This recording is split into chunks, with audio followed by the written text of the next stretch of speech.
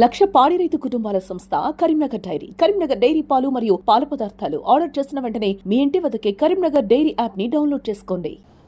ఈ డబ్బా కొట్టుకోవడానికి కోసం బండి సంజయ్కి ఈ కాంగ్రెస్ వాళ్ళకు డబ్బా కొట్టుకోవడం కోసం కొద్దిగా సిగ్గు అనిపించలేదా, ఇజ్జత్ అనిపించలేదా? ఒకసారి ఆలోచన చేయాలి.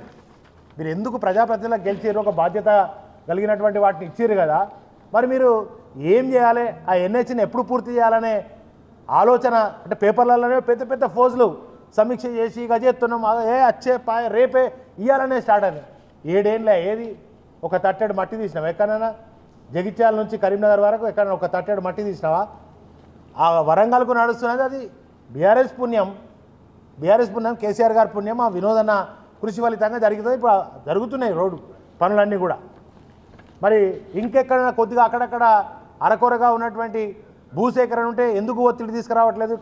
ఆఫీసర్లను అధికారులను ఎందుకు మీరు పంపట్లేదు? మీరే పోండి, ఆ రోడ్డు మీద నిలబడండి, అక్కడ రైతాంగాన్ని నొప్పియండి. మేము చేసినాం అట్లా. మా వినోద్ కుమార్ గారు మేము రోడ్ ఎంబడి ఉన్నాం, రైతులను పిలుచుకున్నాం, కొత్తపల్లిలో కూర్చున్నాం, వెదరలో కూర్చున్నాం, రామడుగులో కూర్చున్నాం, గంగాధరలో కూర్చున్నాం, ఇస్లాంపూర్లో కూర్చున్నాం. మేము కూర్చున్నాం స్వయంగా వినోదన్న మేము కలిసిపోయి అక్కడ రైతులతో మాట్లాడినాం. మరి నీకు ఎందుకు చిత్తశుద్ధి లేదు? ఇలా నువ్వు ఎందుకు పోతలేవు? దాన్ని త్వరితగతిన పూర్తి చేయాలని ఎందుకు అనుకుంటలేవు? అంటే మళ్ళీ మోసం చేయాలనేటువంటి ఒక కుట్ర నడుస్తూ ఉంది. మరి ఇప్పుడు 4 ఏళ్ళైనా ఈ ఆర్ఓబి ఎందుకో పూర్తి చేస్తలేవు. నేనే శిలాపలకం కొట్టిన ఆనాడు గంగుల కమలాకర్ అన్న, మరి వినోద్ కుమార్ గారు మేము కొబ్బరికాయ కొట్టొచ్చినాం. నేను కూడా ఉన్న ఆ రోజు. ఇంకా ఆర్ఓబి పూర్తి చేయడం చేతనైతే లేదు. దద్దామా మాటలు మాట్లాడు కాదు, మాటలు కోటలు దాటాడు కాదు, పనులు పూర్తి చేసే దిశగా ప్రయత్నం చేయాలని నేను చేస్తాను. కొండగట్టు ఊకే అంటాడు కదా, మరి ఆ కొండగట్టుకు ₹1 అన్నా నిధులు తీసుకురాకపోయి. ఇప్పటికైనా అంటే ఇంకా 3 ఏళ్ళు 4 ఏళ్ళు నీ పాలన అవకాశం ఉంది కదా, ఆ కొండగట్టు ఆలయానికి ప్రసాద్ స్కీమ్ ద్వారా ఒప్పించి తీసుకురా, నిధులు తీసుకొచ్చి దాన్ని అభివృద్ధి చేయి.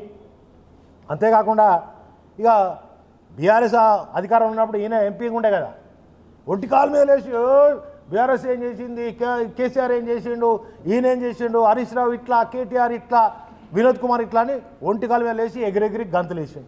మరి ఇలా నువ్వేం చేస్తున్నావు? 7 ఏళ్ళుగా నువ్వేం చేస్తున్నావు బండి సంజయ్ గారని నేను అడుగుతున్నా. ఫస్ట్ నీ బాధ్యత ఏంటిది, నేను ఎందుకు గెలిపించారు ప్రజలు అనేటువంటిది ఒకసారి ఆలోచన చేయాల్సినటువంటి అవసరం ఉన్నది. కాంగ్రెస్ మీద నోరు తెరవాడు, ఇప్పుడు రేవంత్ రెడ్డి మీద నోరు తెరవాడు. ఎందుకంటే వీళ్ళ చీకటి దోస్తాను ఉంది కదా, రేవంత్ రెడ్డిది నది మంచి క్లోజ్ ఫ్రెండ్స్, వీళ్ళంతా చీకటి దోస్తాను ఉంది కదా.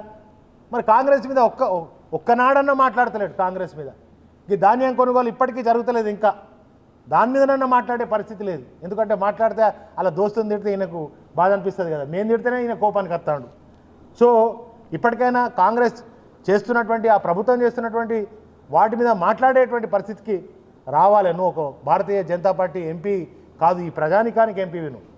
ఒకసారి ఆలోచన చేయాల్సినటువంటి బాధ్యత బండి సంజయ్ మీద ఉంటుందని చెప్పి తెలియజేస్తూ, అదేవిధంగా వారం రోజుల లోపు ఎన్హెచ్కి సంబంధించినటువంటి వారం రోజుల లోపు కనుక మీరు పనులను కనుక ప్రారంభం చేయకపోతే అక్కడ ప్రజల పక్షాన, ఎందుకంటే ప్రాణాలు పోతున్నాయి, ఆ ప్రాణాలు యాక్సిడెంట్లు అయి ప్రాణాలు పోయిన దానికి కారణం బండి సంజయ్, రేవంత్ రెడ్డి కారణం. ఈ రాష్ట్ర ముఖ్యమంత్రి రేవంత్ రెడ్డి, ఈ రాష్ట్ర హోంశాఖ మంత్రి బండి సంజయ్ దీనికి ప్రధానమైనటువంటి కారకులు అవుతారు. మీరు బాధ్యత కూడా వహించాలి, వాళ్ళకు కొంత ఎక్స్గ్రేషియా కూడా మీరు ఇవ్వాలని నేను డిమాండ్ చేస్తున్నా. అంతేకాకుండా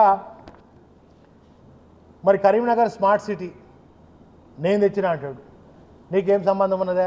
అన్నాడు నువ్వు కార్పొరేటర్వు, వినోద్ కుమార్ గారు కదా 1000 కోట్లు అన్నాడు. స్మార్ట్ సిటీ తెచ్చి అర్హత లేని కరీంనగర్ను స్మార్ట్ సిటీ తెచ్చి 1000 కోట్లు తెచ్చి ఎట్లాంటి కరీంనగర్ అద్దంలాగా తయారైంది. అలా అద్దంలాగా తయారైందంటే దట్ ఈస్ ద బీఆర్ఎస్ ప్రభుత్వం, వినోద్ కుమార్ గారి కృషి, కేసీఆర్ గారి ప్రభుత్వ కృషి ఫలంగానే ఇవాళ ఉన్నది. మరి నువ్వేం తెచ్చినావు? మళ్ళా నువ్వు ఎన్ని పైసలు తెచ్చినావు అని అడుగుతున్నా. అభివృద్ధి కోసం నిధులు ఎన్ని తెచ్చినావని అడుగుతున్నా.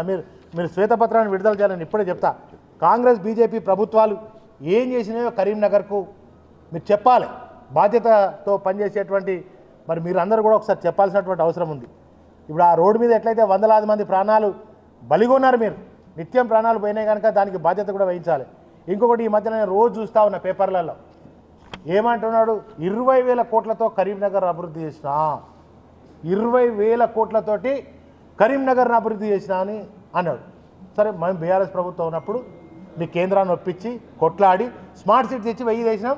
దాదాపు ఇంకో 30-40 కోట్లు మిగిలిన ఉన్నట్టు కావచ్చు, అంతే. మిగతా పనులన్నీ పూర్తయినాయి. ఎట్లాంటి కరీంనగర్ ఒక రోల్ మోడల్ కరీంనగర్ అయింది, అద్దంలాగా మెరిసిపోతుంది. మరి 20,000 కోట్లతో చేస్తే కరీంనగర్ అనేది ఒక అద్భుతమైన కరీంనగర్ కావాలి. కరీంనగర్ జిల్లా నీ ఎంపీ పరిధి 20,000 కోట్లు అంటే అసలు ఎక్కడ గింత మన్నే కనబడద్దిగా, రోడ్లు బీడ్లు అద్భుతమైనటువంటి కరీంనగర్ మారాలి. మా 20,000 కోట్లు ఏడబెట్టిండో తెలుస్తలేదు, ఏడ ఖర్చు పెట్టిండో నిధులు తెలుస్తలేదు, ఆయన ఏడు నుంచి తెచ్చిండో తెలుస్తలేదు. కనుక నేను ఒకటే డిమాండ్ చేస్తా ఉన్నా, బండి సంజయ్ గారు 20,000 కోట్ల రూపాయలతోటి మీరు ఎక్కడెక్కడ అభివృద్ధి చేసిరో 48 గంటల టైం ఇస్తున్నా, 48 గంటల టైం ఇస్తున్నా. బండి సంజయ్ గారు శ్వేతపత్రాన్ని విడుదల చేయండి. ఆయన కొద్దిగా బాధలు ఉన్నాడు పాపం, ఆయన అడగాలంటే మాకు కూడా కొద్దిగా ఇబ్బంది అనిపిస్తుంది. ఆయన కొద్దిగా వేరే ఇబ్బందులలో ఉన్నాడు. వారు పిఏలు ఉంటారు, వాళ్ళ పిఆర్ఓలు ఉంటారు, ఓఎస్డీలు ఉంటారు, మంత్రి కనుక ఆ వాళ్ళతోటే నాకు చెప్పి 48 గంటలలో 20,000 కోట్లను ఎట్లా మంజూరు చేసిరు, కరీంనగర్కి ఎన్ని కేటాయించారు, కరీంనగర్లో ఎక్కడెక్కడ అభివృద్ధి చేసిరో ఒక శ్వేతపత్రాన్ని విడుదల చేయాలని చెప్పి నేను బండి సంజయ్ గారిని కోరుతా ఉన్నా. సో ముఖ్యంగా ఈరోజు వచ్చినటువంటి పేపర్లో వాళ్ళు ఇచ్చిన ఈ యాడ్స్ ఇదంతా చూసిన తర్వాత ప్రజానికానికి సత్యమేందో అసత్యమేందో, నిజాలేందో అబద్ధాలేందో తెలవాలనేదే ఈరోజు మీ ముందుకు రావడం జరిగింది. కనుక ఎన్హెచ్ ఇప్పటికైనా మీరు రండి, ఆ పనులను ఒక 3-4 రోజులలో, వారం రోజులలో తప్పకుండా ఆ పనులు ప్రారంభం కావాలి. లేదంటే ప్రజల పక్షాన తప్పకుండా కొట్లాడతాం. ఎందుకంటే రోజు యాక్సిడెంట్లు అవుతున్నాయి, చనిపోతున్నారు, ప్రమాదాలు విపరీతంగా ప్రమాదాలు జరుగుతున్నాయి.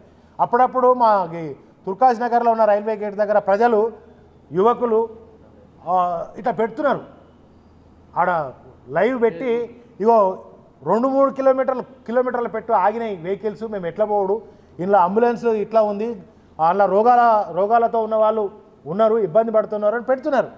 మరి దానికి స్పందన లేదు. ఆడ కూడా ఒక ఆర్ఓబి నిర్మాణం చేయాలి ఇస్లాంపురం దాటినాక తుర్కాకాశీ నగర్లో. సో నేను ప్రధానంగా మరి బండి సంజయ్ గారిని ఒకటే డిమాండ్ చేస్తా ఉన్నా, వారం రోజుల లోపు ఎన్హెచ్కి సంబంధించిన 563కి సంబంధించినటువంటి పనులను ప్రారంభించాలని బీఆర్ఎస్ పార్టీ పక్షాన్ని డిమాండ్ చేస్తా ఉన్నా. Thank you. ఆయన హోంశాఖ మంత్రి కరీంనగర్కు కేసీఆర్ గారేమో మెడికల్ కాలేజే మంజూరు చేసిండు, కానీ ఒక హాస్పిటల్ అయినా తీసుకొద్దామనేటువంటి సోయి లేదు. ఈఎస్సీ హాస్పిటల్ అది కూడా తీసుకురా. ఈఎస్సీ హాస్పిటల్ కేంద్ర మంత్రిగా శాంక్షన్ అయిన దాన్ని మరి చేయలేదు ఆయనకు. కనుక మీరు ఇవన్నీ నోటీసులు పెట్టుకొని ఒక్కొక్కటి బాధ్యతతో చేయాల్సినటువంటి వాళ్ళు ఈఎస్సీ హాస్పిటల్ కూడా ఒక వారం 10 రోజులలో దాన్ని మరి తీసుకురావాలి. మంజూరైన దాన్ని పనులు ప్రారంభం చేయాలి. ఎన్హెచ్ని కూడా త్వరితగతంగా పనులు ప్రారంభం చేయాలని మరొకసారి నేను బండి సంజయ్ గారిని డిమాండ్ చేస్తా ఉన్నాను. Thank you.